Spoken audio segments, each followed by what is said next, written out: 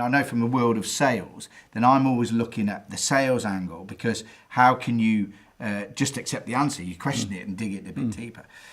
But going back to your journey there, Rob, I mean, success as a chef is one thing, and engineering and enjoying that rise through rank, if you like, as a young, upcoming chef. Yeah. But then you twisted it, didn't you? You actually then sort of said, well, I don't just want to be a chef. I want to be a restaurateur and go into my own business. Yeah. Tell us about that jump, because not every chef does that. No, and I don't know. There wasn't a time that I decided. It's the fact that I enjoy people. That's the very first thing. I love people. I still love people today. I love them as I'm growing up. As I said, I was in a pub. I was brought up in a pub, and I had to say, my father made me say whatever time it was I was going in. If it was before 12 o'clock, it was good morning. If it was after 12 o'clock, it was good afternoon.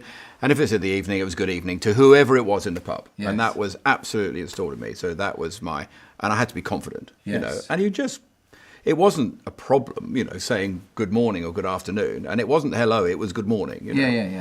So I love people. So when I then came back from Scotland, I did a couple of bits and pieces, and I then bought my first restaurant in Caversham, right, which is not so far from here. Yeah.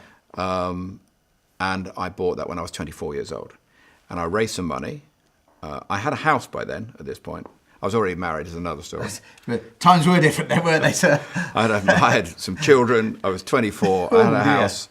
And so at 24, I now had a house, 2 children, and a business, which was a little restaurant, 45-seater restaurant. And I was actually a really good chef. Yes. I mean, we're going back in time. Yes. I bought it in 1980.